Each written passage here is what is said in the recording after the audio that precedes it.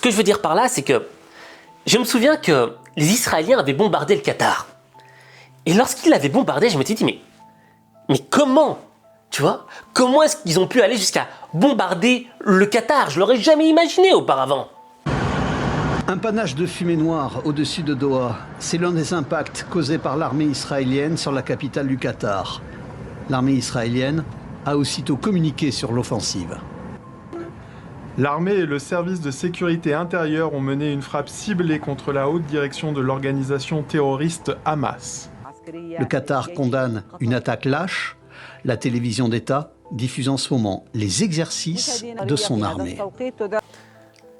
Mais ils ont pu se le permettre parce que il y a une réaction asymétrique. Les Israéliens peuvent bombarder, mais ils savent pertinemment bien que les pays autour qui vont bombarder n'oseront pas répondre. Parce qu'il y a cet effet de dissuasion. Et en réalité, la vraie puissance du gouvernement israélien, elle ne réside pas dans la bombe nucléaire.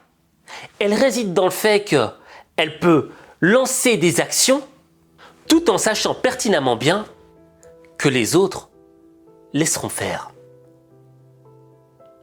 Et c'est ça la vraie puissance. Pouvoir faire ce que tu veux, sachant que les autres laisseront faire.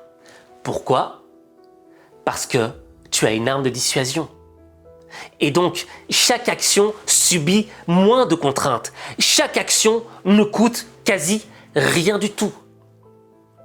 Et ça te permet de renforcer la puissance de ton État. Par contre, il y a un hic.